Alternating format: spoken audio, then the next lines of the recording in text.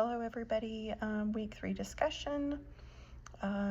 So the context of my writing is I'm a foster family coordinator. I'm working under the guidance of Jane Doe, who is a caseworker. I've been actively engaging in my duties, including outreach to families. I track case details and I organize information about children in care.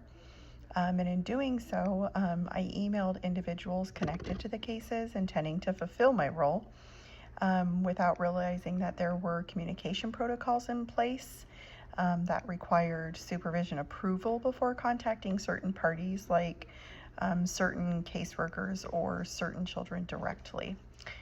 So my communication from Jane Doe was prompted by outside concern from caseworkers, indicating that my outreach may have bypassed some communication chains that needed to be followed.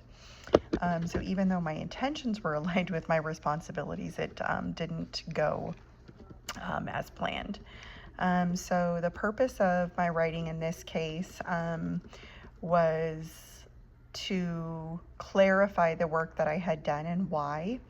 And trying to demonstrate that I was actively working, trying to be thorough and staying organized, but also expressing my confusion about concern that was being raised since I believed that I was following Jane Doe's expectations. I thought that they were asking me, and I thought that I was doing exactly as I was being asked, but I also wanted to stay professional, and I wanted to communicate the willingness that that was needed for me to adjust my approach to do my job better.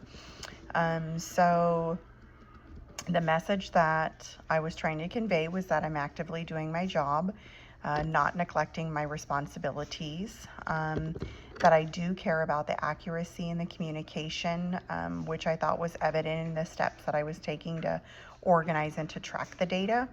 And then that I was confused by the concerns that were raised by the caseworkers and needed more clarity on exactly where the boundaries were.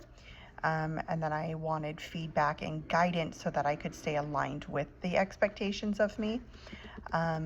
And then I also wanted to, just express that I was open to learning and adapting the communication protocols that I was supposed to be following that were in place.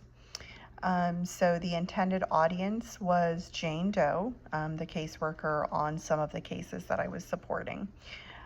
Jane Doe's response, I felt, indicated she appreciated my efforts, identified the miscommunication, set clearer expectations, provided feedback, and requested a process for sending the summaries of my family contacts and findings. So what I learned to apply to future writings with Jane Doe was to clarify expectations early and often, to make sure that I'm understanding the proper procedures. Keep my communications brief in a structured email. Maintain a professional, open, and cooperative tone, and ask for feedback and keep them in the loop before acting. And that was it. Okay, thanks. Bye.